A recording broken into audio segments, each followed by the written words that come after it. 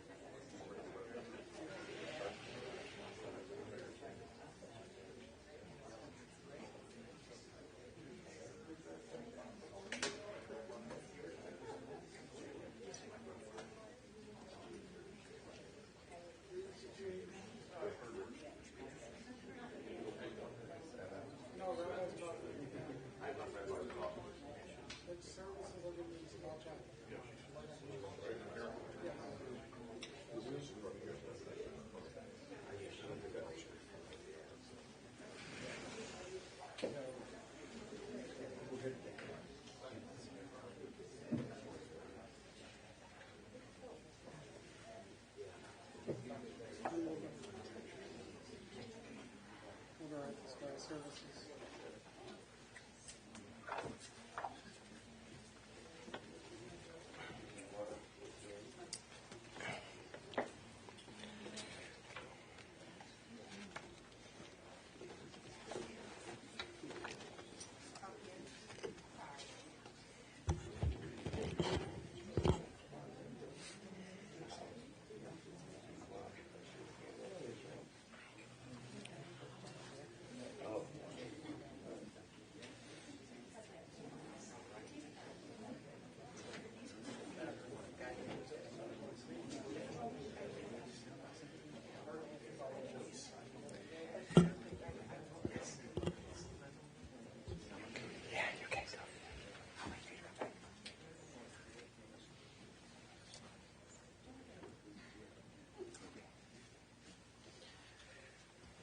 Okay, just before we start, I'm going to ask everyone, out of respect for the service, to please silence all electronic devices of any forms.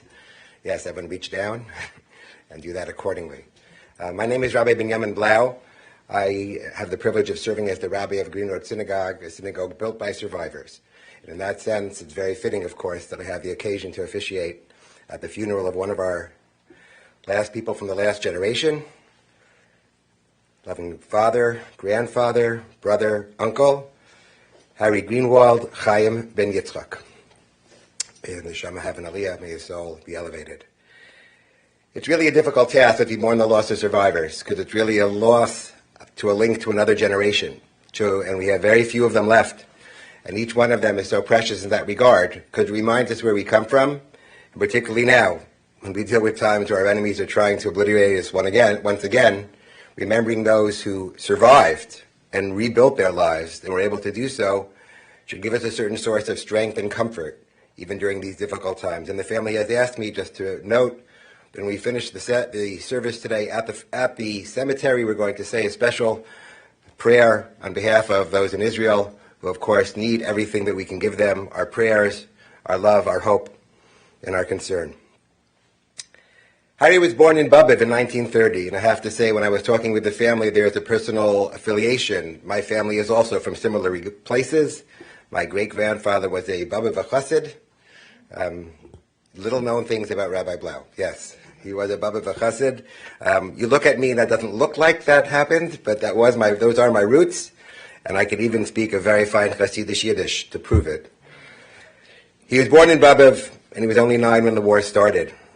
And it was a terrible experience. There's no way to capture what he went through, going through 5 or 6 different camps, losing much of his family except 2 of his sisters. Everyone else was killed in the war. And he didn't speak about it. When I was speaking with his family yesterday, it was something he didn't talk about the events of the Shoah, but the impact upon him, of course, was very profound. And it impacted him very greatly. There's a phrase that we talk about, that they're in the Beit HaMikdash, in the holiest of temples, in the ark itself, they were the luchot, they were the tablets, they were the shivlei luchot, and they were broken luchot, the luchot that Moshe Rabbeinu, that Moses had broken when he came down from the mountain. And in many ways, many of the survivors were shivrei luchot. They had been through so much, they had seen so much, things that we can't imagine, really can't imagine, and nonetheless, they were able to continue and rebuild and start life anew. He came to Cleveland in 1949, settled in the Cleveland Heights area, and the rest was history. He met his wife here. Her roots were from Latvia and Estonia, and even though that's an interesting mixture of Litvaks and people from the more Galiciana sections of Europe, nonetheless, they built a life together. They had their 3 sons and their grandchildren. Family was everything to him. Family was the most important thing to him. He could be a very demanding father. Many, many people who are second generation know that they had great expectations from their children. And while they had great affection for them, it didn't always manifest in words. But they were very critical. They wanted their children to succeed in ways that they were not able. They could be very challenging as a father, but as grandparents, grandchildren were everything. Grandchildren could do no wrong. And that can be often a difficult process, difficult for the children, and even if it's rewarding for the grandchildren as well. Interestingly enough, in a surprising note, he was very fond of animals. Many of the survivors tended not to have that affiliation, particularly dogs, something that most survivors had a great disdain for, but having grown up on a farm in Europe, he had a great love of animals. and was even loved dogs as well. He spoke many languages. He was able to speak Yiddish, Polish, Russian, English. They weren't even sure how many other languages that he knew. The family did say, a little bit tongue-in-cheek, and I want to be respectful, but give you a sense of the man, he could swear in all of them. But at the same time, it meant that he was a person who had that vast knowledge, had come from that richness of a background that encompassed so many things that he passed on to his children. He worked hard his entire life. In 1953 or 54, he finished his apprenticeship as a union carpenter, and he worked as a carpenter very hard until he retired. He had little time to socialize. In later years, he did get together very often with various other Holocaust survivors. As I was seeing the people visit today, some of the people that I've seen over the years at the various events that we've done together in the Greenwald synagogue, that was an important part of his later years. But in his early years, he was just working and providing for his family. That's what dominated his experience. In many ways, one of the things that he passed on was that incredible work ethic. Nothing came to you easily. You had to earn everything. You had to appreciate the fact that you had earned everything, and that was something that his children internalized and we passed on for many generations. He was incredibly thankful for all those who were helpful to him. He was incredibly thankful to those in his later years, particularly when it wasn't as easy, and whoever took care of him, he was always very grateful and very gracious to that. Be it his neighbors, be it the people take care of him in Menorah Park or Montefiore, it was one of the qualities that he had. It really is a sad chapter that we have each year, each season. We have less of the people who really remind us of where our roots are. And it's important to remember where they came from, remember what they overcame, and that should serve as a lesson to us in terms of what our challenges and what we have to overcome as well. Yehi Zachro Baruch. May his memory be a blessing. May everyone remember him fondly, and may the family draw strength from all that he accomplished. During his later years, Rabbi Kirsch visited him quite often, and Rabbi Kirsch got to know him well, and the family has asked if I could have Rabbi Kirsch come up and say a few words.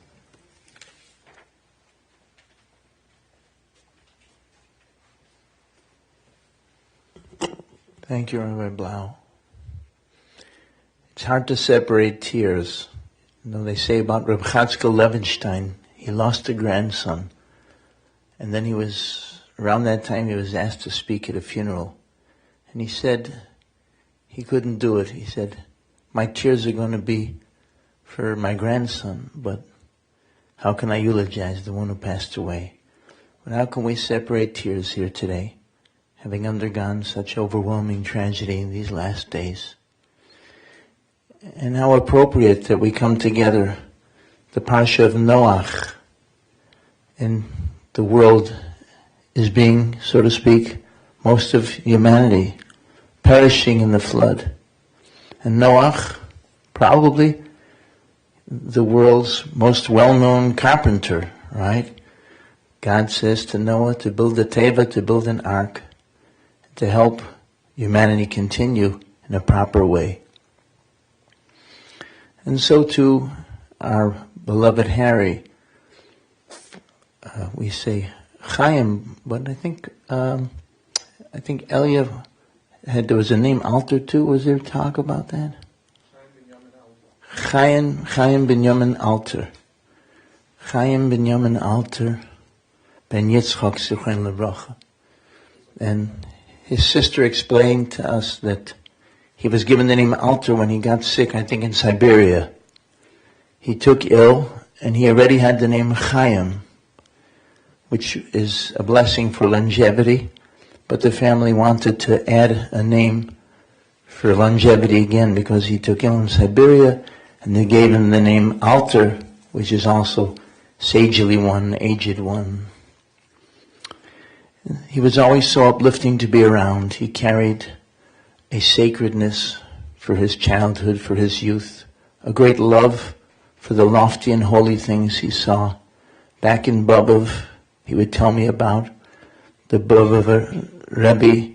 He would talk about Reb Shlomo's father. Now, when Rabbi Blau and I were in yeshiva together, we had a classmate, Tzvi Nachman Swerdlov.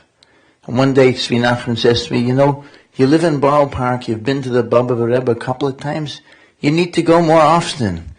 Hanukkah, they're having a big get-together. And I went to the Rebbe, Reb Shlomo, and I was able to dance and bubble with the Hasidim and to make a l'chaim with the Rebbe, the very Rebbe that our beloved Harry knew. And yet Reb Shlomo was a very similar man who had undergone unimaginable tragedy in his life and had come to America to rebuild. And that was his Rebbe. I think he told us Rebbe Sien was his son, because the Baba Rebbe held Harry at his bris, the Rebbe himself. And somehow Harry was able to maintain his commitment to his family throughout all the challenges he went through. And he came, and as Rabbi Blau said, he rebuilt. We shared a love of song, a love of Hasidic song. We would sing sometimes some of the tunes that he had heard as a child growing up. And his sister remembers them all. She was telling us. He was at Menorah Park, a patriarch really, someone who had been through unimaginable challenges and yet overcame and was able to rebuild.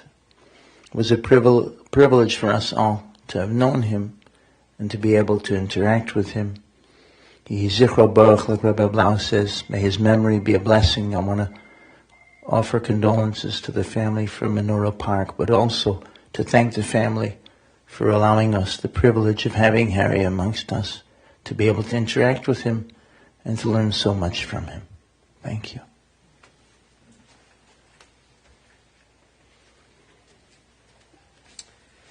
At this point, I'm going to say a parak of Tehillim, a chapter from Psalms. I'll say it in Hebrew, then in English, and then I'll ask everyone to rise as we say the Kel Maleh. Mizmar leDavid, Adonai roi lo echzor, binos desha yabitzeini yamei menuchos yinahaleni, nafshi yishovev, yanken bimakle tzedek leman shimo, gam ki elek begeitz amaves, lo irara ki ata imadi, shiftecho mishantecha hema yinachamuni, tarak lefanai shocha neget tzorirai, tishanta vashem en roshi kosi rivaya, Ach tov v'chesed yidefuni kol yemei chayai, v'shavti veis Adonai v'yorech yomim. It's chapter 23 of Psalms, the song of David. The Lord is my shepherd, I shall not lack. God caused me to lie down in lush pastures. God leads me beside tranquil waters. God restores my soul and guides me in righteous path for God's name's sake. Though I walk through the valley of the shadows of death, I will fear no evil, for you are with me. Your scepter and staff, they comfort me. You prepare a table before me in full view of my adversaries. You've anointed my head with oil, my cup overflows. May only goodness and kindness pursue me all the days of my life, and I shall dwell in the house of the Lord for length of days. I'll ask everyone now to please rise as we say the Kamali, the memorial prayer. Yitzchak Meir. Mordechai. Okay.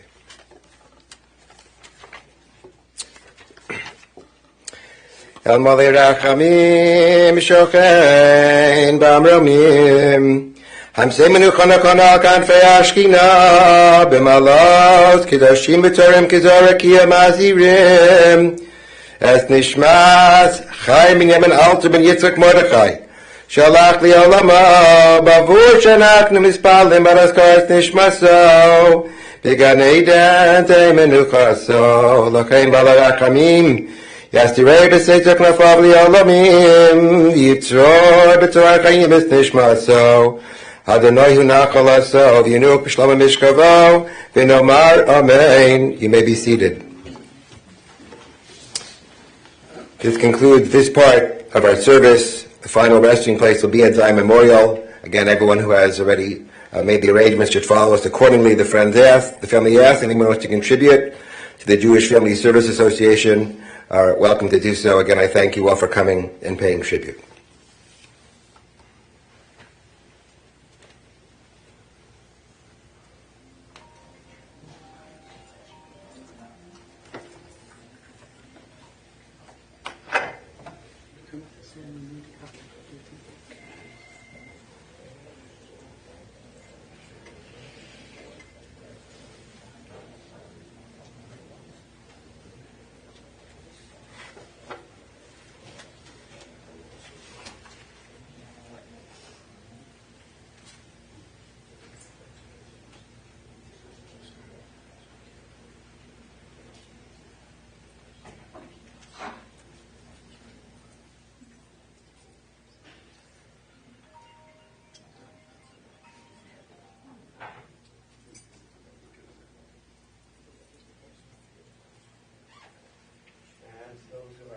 pallbearers to step forward.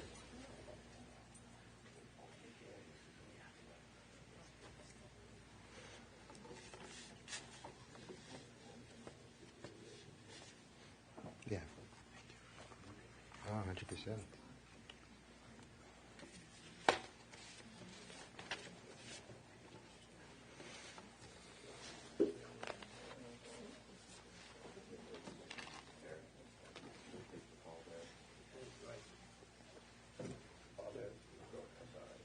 Father, if you go with this gentleman, please.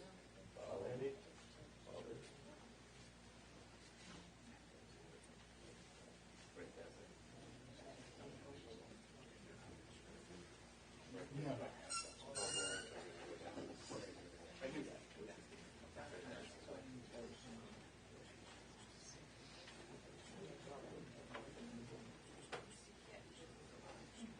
We're welcome to follow along afterwards. We'll make our way up. Make the family first go first. Again, as people stand wisely, Family go first. you can follow behind you. And when you get to the end, Right.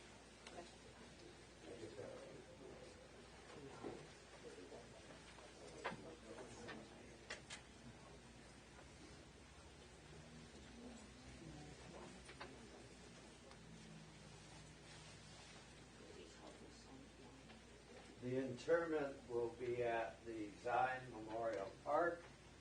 We ask those who are going to that service, please return directly to your cars, put on your headlights and your hazard flashers. On behalf of the family, I thank you for attending. I'm going to ask everyone to exit from the rear of the